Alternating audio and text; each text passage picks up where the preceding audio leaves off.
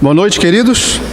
Abram, por favor, em João capítulo 4. Vamos estudar o texto onde Jesus se encontra com a mulher samaritana. Então, se a gente puder, enquanto os irmãos abrem, se a gente puder comparar o meu local e a minha cultura, aquilo da onde eu sou próximo, a gente pode considerar que é Missões de Jerusalém. Samaria, uma região um pouco mais distante, né? Um local próximo, mas com uma cultura mais ou menos parecida, né? Diferente, mas um pouco próxima. Podemos considerar que Missões em Samaria, ou Missões na Judéia, desculpa. Agora, um local próximo com uma cultura diferente da nossa é mais ou menos a nossa Samaria. E agora, confins da terra seria o quê? Local distante, uma cultura diferente da nossa.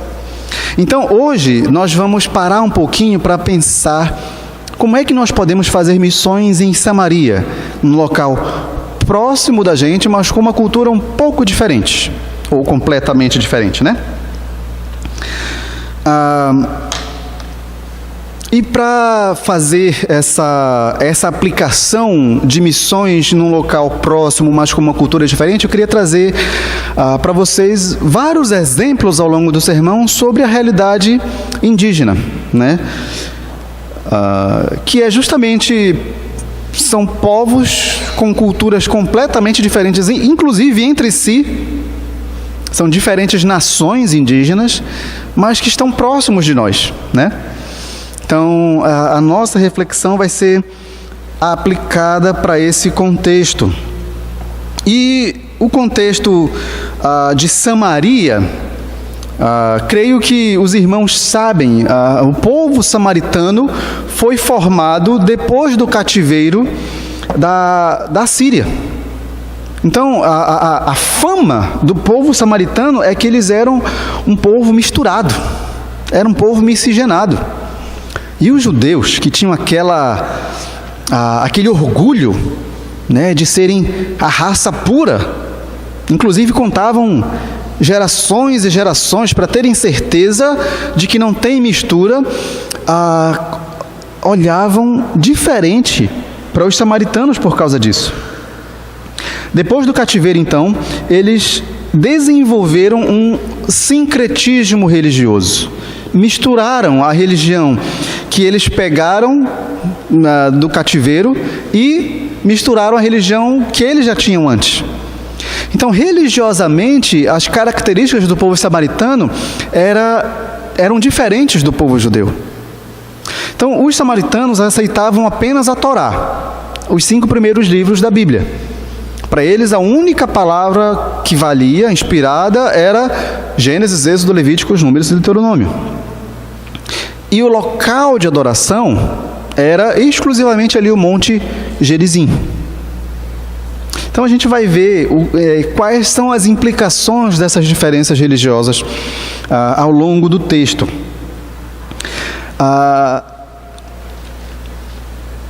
Se vocês lembram, bem, Jesus estava em uma viagem e ele precisava ir para a Galileia, para o norte. E ele precisava, o texto bíblico diz que ele precisava passar por Samaria. Ao adentrar o território samaritano, chegando próximo de uma cidade chamada Sicar, já perto da hora do almoço, ele falou: vão lá comprar comida. Falou para os discípulos: vão até Sicar, a cidade mais próxima ali, comprem comida que eu vou ficar esperando vocês aqui no poço. Nisso ele encontra uma mulher que estava indo no sol rachando de quente tirar água do poço. E ele começa a ter então travar um diálogo com esta mulher. Nesse diálogo, o Senhor Jesus confronta os pecados daquela mulher, ela fica admirada e eles começam a ter conversas, não só sobre o pecado dela, mas também conversas sobre religião, né? Onde essas diferenças entre religião dos samaritanos e religião dos judeus se manifestam. E aí Jesus então começa a falar para aquela mulher sobre uma água diferente, uma água viva, uma água que jorra para a vida eterna. Ela fica interessada: Senhor, me dá dessa água, porque eu não aguento mais vir tirar água do poço aqui. Eu quero beber, nunca mais eu quero ter sede, eu quero essa água, né? E Jesus vai conversa percebendo a má interpretação que ela fez dessa fala e começa então a evangelizar aquela mulher. Ela fica admirada da sabedoria, da maneira como Jesus sabia coisas que às vezes que eu creio só o pessoal daquela cidade sabia. E ela sai correndo, vai até esse cara e fala: vejam, venha ver este homem que tem falado tudo o que eu tenho feito. O povo vai até Jesus, encontra com o Senhor Jesus evangeliza aquelas pessoas, fica 2 dias ali na cidade. Esse é o resumo da história. O que nós vamos estudar nessa noite, meus irmãos, e vocês mantenham a Bíblia aberta, por favor. Ao longo da explanação nós vamos conferir o texto bíblico, mas nós vamos verificar que fazer missões em Samaria envolve pelo menos 3 fatores. O primeiro deles é o confronto, o segundo é o testemunho e o terceiro, visão. Fazer missões em Samaria envolve confronto, testemunho e visão. O primeiro ponto, confronto. Jesus começa confrontando a cultura, não só do povo samaritano, mas a cultura do próprio povo. Veja no versículo 4, eu vou ler na Nova Versão Transformadora, talvez seja um pouco diferente para você, mas creio que isso não vai atrapalhar. No versículo 4 de João 4 diz: no caminho teve de passar por Samaria. Importa passar por Samaria, como está na atualizada. Jesus sentiu a obrigação de passar por Samaria. E no primeiro confronto da cultura, o Senhor Jesus confronta logo a sua própria cultura. Por quê? Porque a rota comum dos judeus para viajar de Jerusalém no sul para a Galiléia no norte era dando a volta pela região para não passar por Samaria, que fica bem no meio dessas 2 regiões. O povo judeu tinha tanto ranço dos samaritanos que eles preferiam pegar o caminho mais longo, atravessar o Rio Jordão, vir aqui pela Pérea, subir lá em cima, atravessar de novo o Jordão para chegar na Galiléia. Tamanha era a aversão, não queria nem pisar no mesmo solo que os samaritanos pisavam. Confere depois a sua Bíblia, o mapa no final da sua Bíblia, você vai ver a voltinha que eles davam para viajar de Jerusalém para a Galiléia. Essa rota mais longa evitava passar por Samaria. Mas para Jesus, confrontando essa visão cultural dos próprios judeus, era necessário que ele fizesse esse caminho. Não para ganhar tempo, era o caminho mais curto. Jesus não estava interessado em ganhar tempo, mas para ganhar pessoas. Não para ganhar tempo, mas para ganhar pessoas. Jesus tinha um senso tão grande de participação na missão de Deus, que esse senso implicava em tomar atitudes que confrontassem a sua própria cultura. Imagine qual não foi a reação dos judeus, dos discípulos que estavam com eles, quando Jesus disse: não, vamos aqui por Samaria. Como assim? Os 12, altamente judaicos, não se misturavam com os samaritanos, não entenderam muito bem, mas foram, porque é Jesus, gente? Jesus estava mandando, eles foram. Mas ficaram com o pé atrás. Veja só a segunda confrontação da cultura. Jesus começa a conversar com uma mulher. Versículos 6 até o 9, vamos ler. O poço de Jacó ficava ali, e Jesus, cansado da longa caminhada, sentou-se junto ao poço por volta do meio-dia. Pouco depois, uma mulher samaritana veio tirar água, e Jesus lhe disse: por favor, dê-me um pouco de água para beber. Naquele momento, seus discípulos tinham ido ao povoado comprar comida. E a mulher ficou surpresa, pois os judeus se recusam a ter qualquer contato com os samaritanos. Você é judeu e eu sou uma mulher samaritana, disse ela a Jesus. Como é que me pede água para beber? Agora Jesus começa a confrontar as duas culturas de uma vez só. Ele confronta a cultura judaica e a cultura samaritana. A mente dos judeus, a tradição judaica não permitia o povo, eles comerem com os samaritanos para não se tornarem impuros, porque consideravam os samaritanos como gentios. Para vocês terem uma ideia, as mulheres samaritanas eram consideradas impuras desde o berço. Na cultura judaica, vocês sabem quando as mulheres eram consideradas impuras, uma vez por mês. Para os judeus, as mulheres samaritanas eram impuras desde o berço. E quando ela fala, você quer que eu lhe dê água para beber? Na verdade, o que ela está perguntando é, você vai beber da mesma vasilha que eu estou usando? Porque essa expressão, na verdade, o que está implícito por trás dela é que os judeus, além de não comerem junto com os samaritanos, eles não usam os mesmos utensílios. Não usam o mesmo copo, não usam o mesmo prato, também para não se tornarem impuros. Então, quando a mulher pergunta, você quer que eu lhe dê de beber? Ela estava realmente querendo dizer, você vai usar esse pote que eu estou usando aqui, que eu peguei, para beber água? Então, Jesus confronta a cultura, não só escolhendo o caminho, mas também conversando com a mulher samaritana. E lá na frente, ao longo da conversa que eles vêm travando, Jesus também confronta a cultura ao definir um novo padrão de culto. Versículo 21 até o 24, vamos ler juntos. Jesus respondeu, creia em mim, mulher, está chegando a hora em que já não importará se você adora o Pai neste monte ou em Jerusalém. Vocês samaritanos sabem muito pouco a respeito daquele a quem adoram. Nós adoramos com conhecimento, pois a salvação vem por meio dos judeus. Mas está chegando a hora, de fato já chegou, em que os verdadeiros adoradores adorarão o Pai em espírito e em verdade.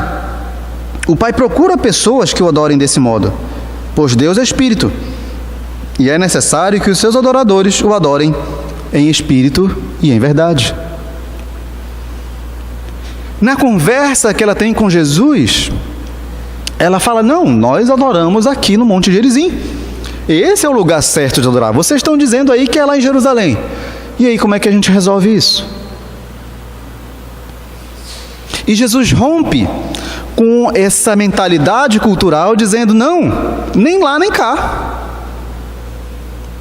Ele se torna escândalo para os judeus ao dizer, Jerusalém não é mais o lugar certo para você adorar a Deus. E ele causa escândalo para os samaritanos ao dizer que o Monte Gerizim não é o lugar certo para você adorar a Deus. Agora você pode adorar a Deus aqui e ali e acolá, aonde você estiver. O novo padrão de adoração não está mais preso a um local. O novo padrão de adoração é em espírito e em verdade. Fazer missões em Samaria, meus irmãos, envolve necessariamente romper com padrões culturais. Envolve romper e confrontar a cultura, mas não completamente. Porque a cultura, nem tudo da cultura está contaminado pelo pecado. Tem elementos negativos da cultura que nós precisamos aprender a identificar e romper com aqueles elementos, confrontar aqueles elementos à luz das Escrituras.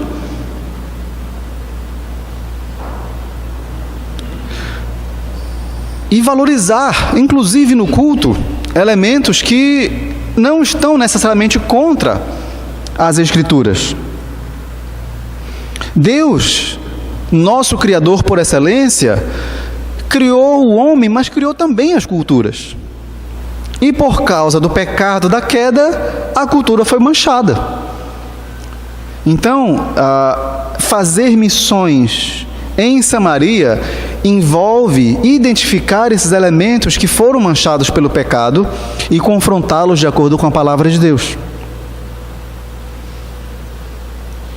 Devemos rejeitar essas coisas ruins e destacar as coisas belas da nossa cultura. Nós podemos ser cristãos, evangélicos, sem deixar de sermos brasileiros? Podemos. Pensando em contexto indígena, a nossa tendência é dizer, muda tudo porque tudo é de espírito aí que vocês estão fazendo. E a gente, às vezes, ao fazer isso, a gente faz de maneira impensada, sem ter esse conhecimento importante que você precisa para estudar a cultura. Tantas coisas lindas na cultura indígena. Eles têm um forte senso de unidade e liberalidade. Quando alguém chega com uma caça, não vai dar conta de comer aquela caça sozinho, porque é muito grande, tem muita carne. O que eles fazem? Distribuem para a família, para os outros membros da família que moram ali perto. Ah, mas eles não têm geladeira para guardar carne. Agora tem geladeira. Chegou energia na aldeia, todo mundo tem um freezer, todo mundo tem uma geladeira, e eles continuam distribuindo a caça. Então, esse senso de liberalidade, de compartilhar, é muito forte na cultura indígena, precisa ser valorizado. O cuidado que eles têm uns pelos outros. Você não vê idosos abandonados nas aldeias. Você não vê crianças sem pai nem mãe, andando sozinhos na aldeia. Se a mãe de uma criança morre e o pai abandona, uma família automaticamente pega ela e vem para cuidar dela e cresce junto com aquela família. Eles têm uma integridade, uma unidade entre a vida espiritual e a vida social, cotidiana. Para eles tudo está ligado. Isso é algo que foi manchado pelo pecado, mas o tipo de enxergar, a maneira de enxergar o mundo de maneira completa, isso é muito positivo, porque nós somos seres completos, igual foi apontado aqui hoje de manhã, né? Nós somos seres completos. E os indígenas entendem isso muito melhor do que nós não indígenas, que somos acostumados a dividir secular e sagrado. As belezas da cultura precisam ser ressaltadas. E o que é negativo precisa ser contradito, de acordo com as Escrituras. O Ronaldo Lidório, um pastor missionário presbiteriano, falou o seguinte: o Evangelho é supracultural, porque ele pode dar sentido a todas as culturas. O Evangelho é multicultural porque pode ser praticado em qualquer cultura. É intercultural porque cristãos de várias culturas podem ter comunhão entre si. Ele é transcultural porque deve ser levado de uma cultura para outra. O Evangelho é cultural porque Deus escolheu se revelar em nossa cultura, em nossa geração. E o Evangelho é contracultural porque ele confronta a cultura. Então, o Evangelho é tudo isso, não só contracultural. Mas fazer missões em Samaria envolve também confronto de pecado. Ao conversar com a mulher samaritana, nós vemos Jesus fazendo isso, no versículo 15 ao 18. Vamos acompanhar. Por favor, Senhor, dê-me desta água, disse a mulher. Assim eu nunca mais terei sede, nem precisarei vir aqui tirar água. Vá buscar seu marido, disse Jesus. Não tenho marido, respondeu a mulher. Jesus disse: é verdade, você não tem marido, pois teve 5 maridos, e não é casada com este homem com quem vive agora. Certamente você disse a verdade. Perceba que Jesus foi gentil com a mulher, mas ele tratou o pecado como pecado.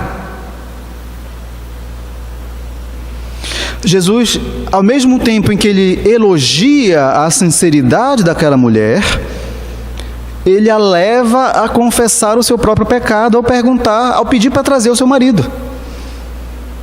E o interessante é que a resposta dela é a frase mais curta que ela fala em toda a conversa. Não tenho marido. E já muda de assunto.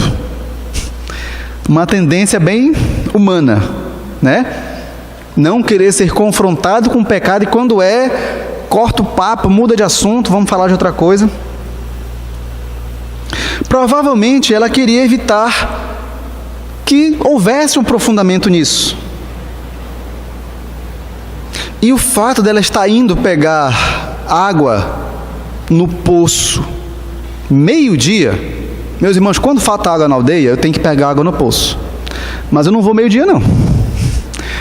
É quente. E é um esforço grande para trazer os baldes d'água, né? Então, ela foi numa hora em que as mulheres de Sicar normalmente não iam pegar água. Era a hora mais quente do dia. Ela queria evitar contato com as mulheres. É claro. Ela era malquista na sociedade. Malquista. Não é possível fazer missões sem confronto de pecado.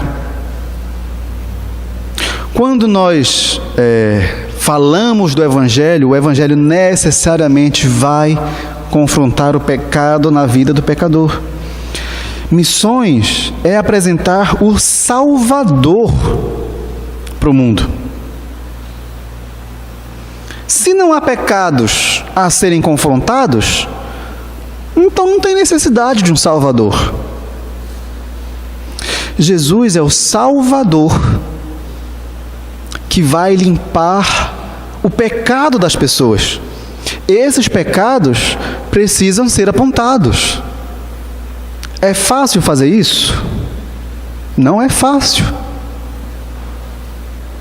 Não sei qual foi o último momento de disciplina que a igreja do Marco teve que passar. Realmente não sei, estou dando um exemplo, mas é constrangedor fazer isso. É constrangedor para o pastor vir aqui na frente e dizer: o irmão está disciplinado. Mas é bíblico, porque envolve confrontar pecado.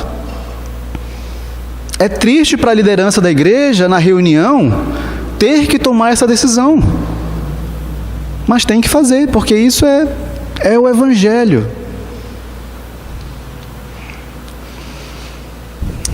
Fazer missões em Samaria não basta apenas confronto da cultura ou confronto do pecado. É necessário que haja testemunho. E aqui é importante não só o testemunho das Escrituras, mas também o testemunho pessoal. Mas no primeiro ponto, o testemunho das Escrituras, nós vemos o Senhor Jesus citar essa expressão água viva, pelo menos em 3 versículos. Acompanhem comigo o versículo 10, o versículo 13 e o versículo 14. Versículo 10. Jesus respondeu: se ao menos você soubesse que presente Deus tem para você e com quem está falando, você me pediria e eu lhe daria água viva. 13. Jesus respondeu: quem bebe desta água logo terá sede outra vez, mas quem bebe da água que eu lhe dou nunca mais terá sede. Ela se torna uma fonte que brota dentro dele e lhe dá a vida eterna. A gente não tem muito a compreensão do que significa o conceito de água viva. Mas na mentalidade do povo daquela época, quando se fala de água viva, eles vão pensar necessariamente em uma água jorrando. Água de uma nascente, água de uma bica, mas água fluindo o tempo todo. E a mulher estava ali num poço, numa água estagnada, né? Então, Jesus, quando apresenta a água viva, ele está pegando não apenas algo que faz parte, pertence ao imaginário do povo daquela época, mas ele também está pegando conceitos bíblicos. Eu queria que vocês acompanhassem comigo, identificando no Antigo Testamento em quais momentos a água viva aparece. O dom de Deus aparece. Jeremias 2:13.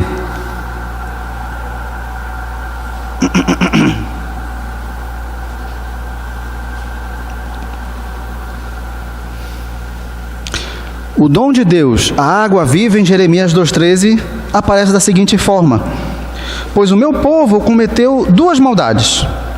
Abandonaram a mim, a fonte de água viva, e cavaram para si cisternas rachadas, que não podem reter água. A água da vida é Cristo. Zacarias 14:8.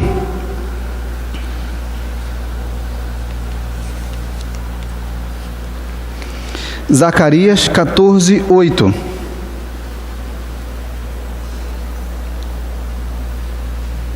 Naquele dia fluirão de Jerusalém águas que dão vida. Metade das águas correrá para o Mar Morto e metade para o Mediterrâneo. Fluirão continuamente, tanto no verão quanto no inverno. A água viva aparece também em Zacarias, nas Escrituras, conferindo com Ezequiel 47:9.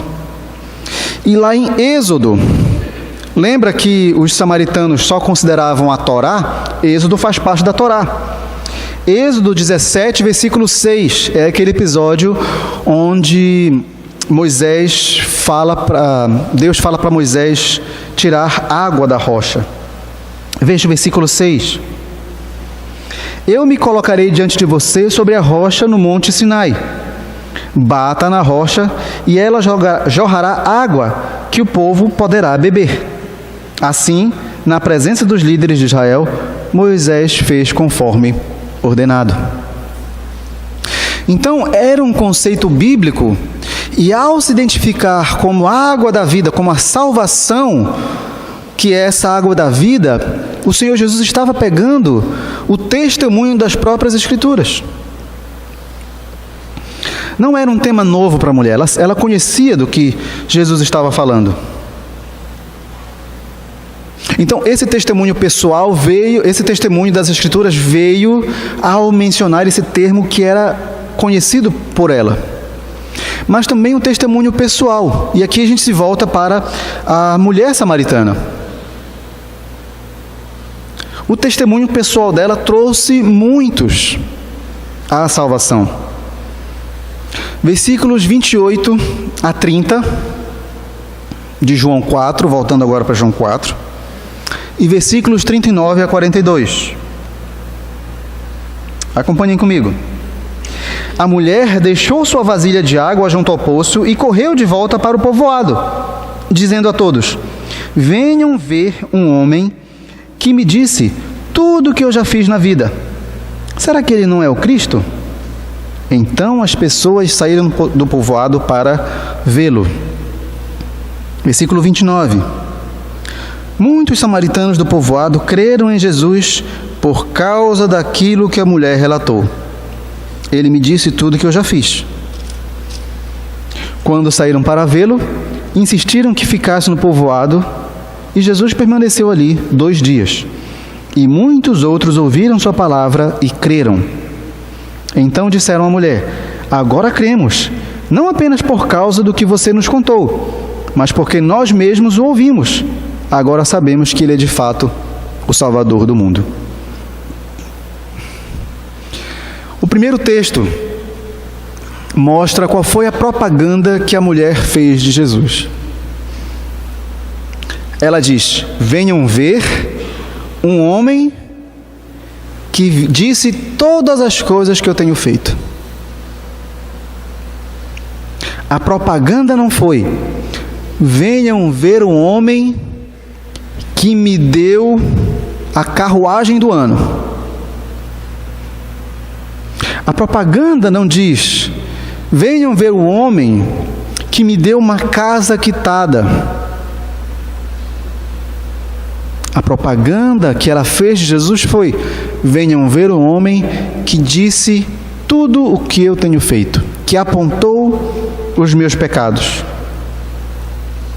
E por causa desse tipo de testemunho pessoal, muitos puderam crer em Jesus e reconhecer que Ele era o Salvador do mundo. Percebam que o testemunho dessa mulher foi o pontapé inicial. E ao dar testemunho de quem Jesus de fato era, um salvador de pecadores, ela chama a atenção de outras pessoas da comunidade. Essas pessoas vêm correndo até Jesus e pedem: não, fica conosco mais 2 dias. Precisamos saber mais sobre o Senhor. Hoje em dia, meus irmãos, missões em Samaria, no contexto indígena, enfrenta diversas barreiras no testemunho. Uma das barreiras é a barreira geográfica. Nós somos abençoados por morarmos a 150 quilômetros da aldeia e termos acesso à aldeia de carro. Nós conseguimos viajar da nossa casa para a aldeia no mesmo dia, sair de manhã e ainda chegar para o almoço.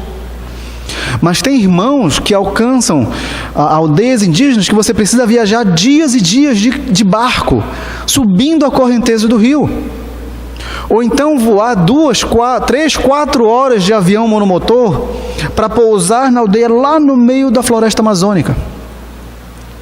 A barreira geográfica é uma realidade. Barreira cultural.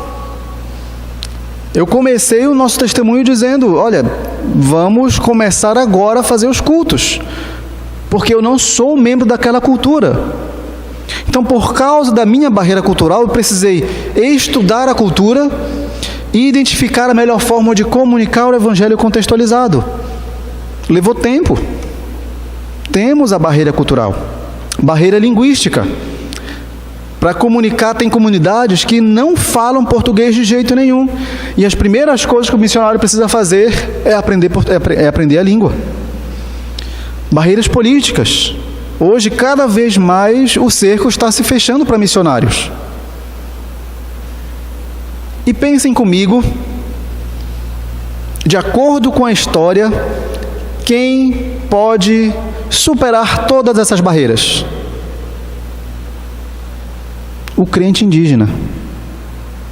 Assim como a mulher samaritana deu testemunho pessoal na sua própria cidade, apesar da maneira, da má fama que ela tinha, ela conhecia a sua cultura, conhecia a língua, conhecia os locais e não teve barreira nenhuma para comunicar Cristo ali. O obreiro indígena, o cristão indígena, pode superar todas essas barreiras que eu comentei aqui. A gente precisa, um dos cuidados muito grandes que nós temos em contexto de evangelização indígena é cuidado em gerar igrejas sincréticas. Igrejas que trazem elementos da sua religião tradicional, misturam com o evangelho, porque o evangelho foi mal pregado e ele não respondeu às questões mais íntimas daquela cultura. E quando o povo se vê numa situação em que não sabe para onde correr, não sabe como o evangelho responde àquela situação, eles apelam para as suas práticas tradicionais. Isso gera um sincretismo. E a maneira como nós podemos evitar isso é dando boa formação bíblica para obreiros indígenas. E vocês conhecem o ministério do Centro de Treinamento Bíblico Carlos Harrison, né? Tivemos um tempo parado nesse ano, ele ficou parado no primeiro semestre, passando por reestruturação, mas já voltou a funcionar em agosto desse ano. E a visão do CTBCH é justamente formar líderes indígenas firmados na palavra de Deus, que saibam superar todas essas barreiras linguísticas, culturais, geográficas e voltem para as suas comunidades para construir igrejas fundamentadas na palavra de Deus. Igrejas firmes. Há 2 anos atrás eu visitei o povo Arara. E o povo Arara é um dos povos que envia alunos para o CTBCH. Na época em que eu visitei a aldeia Arara, também foi para fazer trabalhos nessa área de etnomusicologia. O primeiro aluno tinha vindo estudar no CTBCH, foi no mesmo ano em que o primeiro aluno veio. O resultado que eu tenho ouvido dos missionários de quando esse aluno retornou, tem sido uma multiplicação de cristãos ali naquela igreja, com uma liderança formada, uma liderança própria formada. Então percebam a potencialidade que um obreiro indígena tem de comunicar o Evangelho do Senhor Jesus, confrontando cultura, confrontando pecados, dando testemunho das Escrituras, testemunho pessoal, porque ele está no lugar onde ele conhece, onde ele não vai ser expulso pela FUNAI, onde ele não vai ter dificuldade de aprender a língua, porque ele já sabe falar a língua, onde ele não vai ter dificuldade de geográfica, porque ele mora ali. A formação de obreiros indígenas, meus irmãos, é fundamental para o crescimento e o avanço do Evangelho em contexto da nossa Samaria aqui do Brasil.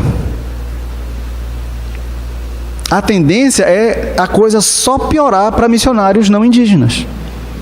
Então, a chave para que igrejas fundamentadas, igrejas bíblicas, cresçam, se desenvolvam, floresçam em aldeias indígenas, é investir em obreiros indígenas. Fazer missões em Samaria envolve confrontar a cultura, confrontar pecados, dar testemunho através das Escrituras, mas também testemunho pessoal, mas também envolve visão. Uma visão correta a respeito de quem Cristo é. E uma visão correta da vontade de Deus para a nossa vida.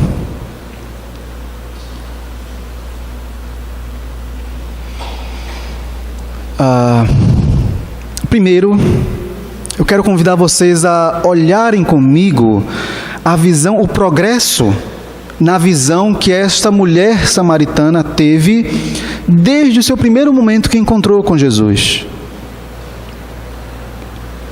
E isso envolve ter essa visão correta a respeito de quem Cristo é. No versículo 9, perceba que ela via Jesus como um homem judeu, alguém com quem eu não posso me relacionar. No versículo 12, ela já enxerga Jesus como alguém que é maior do que Jacó, porque essa pessoa pode me dar água que eu vou beber e nunca mais vou ter sede. E Jacó não, só me deu esse poço. No versículo 19, ela chama Jesus de profeta. Alguém que conhece o misterioso. Como é que esse homem sabe da minha situação conjugal? Só pode ser profeta. E no versículo 29, por fim, ela vê Jesus como alguém que pode transformar a minha vida. Para nós fazermos missões em Samaria, nós precisamos ter uma visão correta de quem Jesus é. E precisamos ter a visão melhorada de quem Cristo é a cada dia. A cada dia da nossa vida, a cada dia aqui na igreja, o nosso desejo deve ser melhorar a nossa visão de quem Cristo é.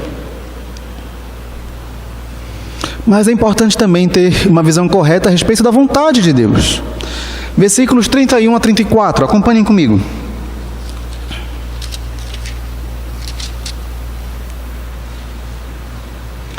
Enquanto isso, os discípulos insistiam com Jesus: Rabi, coma alguma coisa. Ele, porém, respondeu: eu tenho um tipo de alimento que vocês não conhecem. Os discípulos perguntaram uns aos outros: será que alguém lhe trouxe comida? Então Jesus explicou: meu alimento consiste em fazer a vontade daquele que me enviou e em terminar a sua obra. Jesus tinha um senso claro do seu envolvimento na missão de Deus, de qual era a vontade de Deus para a sua vida. Por isso que ele disse: importa passar por Samaria. Sua missão era fazer o que o Pai queria. Agora, convido vocês a fazer mais um exercício de comparação. Compara essa visão clara de vontade de Deus, de cumprir a missão que Jesus tinha, com a visão turva dos discípulos, aquela visão embaçada. Veja só, no versículo 8, com a visão turva, os discípulos foram a Sicar apenas para comprar comida. No versículo 27, com a visão turva, os discípulos sentiram-se incomodados ao ver Jesus falando com uma mulher. Eles não falaram nada, ficaram se remoendo ali quietinho, mas ficaram incomodados. No versículo 31 e 33, com a visão turva, os discípulos se perguntaram: será que alguém trouxe comida para ele comer? Enquanto a gente estava fora, fomos justamente comprar comida, ele chega e diz que não quer comer. Visão embaçada. E com a visão clara, cristalina, Jesus fez a vontade de Deus ao oferecer a salvação para a mulher naquele poço. Somente depois de termos uma visão clara de quem Cristo é e da missão que Deus tem para nós, é que nós poderemos erguer os olhos e ver os campos brancos para a ceifa. Somente depois de termos uma visão clara de quem Cristo é e da missão que Deus tem para nós, é que nós podemos erguer os olhos e ver os campos brancos para a ceifa. E é essa a terceira parte a respeito da visão correta a respeito dos campos. No versículo 35, então Jesus explicou: meu alimento consiste... 35. Vocês não costumam dizer: ainda faltam 4 meses para a colheita? Mas eu lhes digo: despertem e olhem em volta. Os campos estão maduros para a colheita. A gente está acostumado, gente, a entender esse versículo: erguei os olhos, os campos estão brancos para a ceifa. Os campos é o campo missionário, os campos brancos, os trigos brancos são as almas que estão prontas para aceitar a Jesus. Mas a gente não costuma olhar esse texto no contexto que ele está inserido. Quando Jesus fala isso, estava vindo uma multidão da cidade de Sicar, vindo encontrar Jesus no poço, por causa do testemunho daquela mulher. Os discípulos estavam aqui: quem trouxe comida para ele? A gente acabou de vir cansado da viagem, vamos pegar comida. Jesus: gente, levanta o olho, olha lá, o pessoal vindo até a gente. Tem campo branco para a ceifa, presta atenção no que vocês têm que ver. A gente só vai conseguir levantar os olhos e ver os campos brancos para a ceifa se a gente tiver uma visão clara de quem Jesus é e da missão que Ele tem para nós. A semente tinha sido plantada pelo testemunho, seja pelo testemunho da mulher em Samaria. A semente foi plantada no coração dos samaritanos de Sicar, seja pelo testemunho da Torá, o Evangelho apresentado nos 5 primeiros livros da Bíblia. O certo é que a semente estava germinando, e germinando rápido. E eles estavam vindo em busca do Evangelho, em busca da água da vida. Meus irmãos, hoje nós temos uma realidade no Brasil que os campos estão já passando de brancos passando da hora de colher. Existem cerca de 340 etnias indígenas no Brasil. 120 delas são pouco ou não evangelizadas. 27 dessas 340 estão completamente isoladas. não tem contato nenhum. Ainda em 2018. Ainda. 27 etnias sem contato nenhum. 95 das etnias conhecidas não têm presença missionária. Isso, meus irmãos, é campo branco. É campo esperando a colheita. Eu não queria encerrar essa reflexão dando a entender que a nossa Samaria é somente povos indígenas. O intuito dos exemplos foi mostrar a realidade da situação indígena para vocês, aplicando ao texto que nós estamos estudando. Mas não quer dizer que a nossa Samaria seja somente de povos indígenas. Qual tem sido a sua Samaria? No trabalho, local de estudo, talvez? Você certamente está num lugar próximo da sua casa, mas a cultura daquele lugar certamente será diferente. Você está numa Samaria. O que Jesus tem feito por você, que lhe tem motivado a compartilhar sobre ele com outras pessoas? Qual é o tipo de bênção que você tem recebido de Jesus? Será que só as materiais? Será que a única motivação para a gente evangelizar é: venha para Jesus que você vai melhorar de vida? Economicamente, socialmente? Que tipo de Jesus você tem apresentado para outras pessoas? É o Jesus das bênçãos materiais ou o Salvador de pecadores?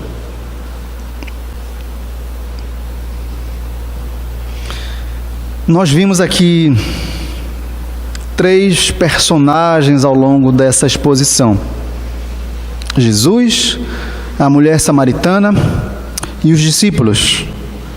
A pergunta que fica é: com quem você se identifica nessa noite? Jesus era alguém que tinha uma visão clara daquilo que Deus tinha para ele. Tinha um senso firme da missão de Deus para ele.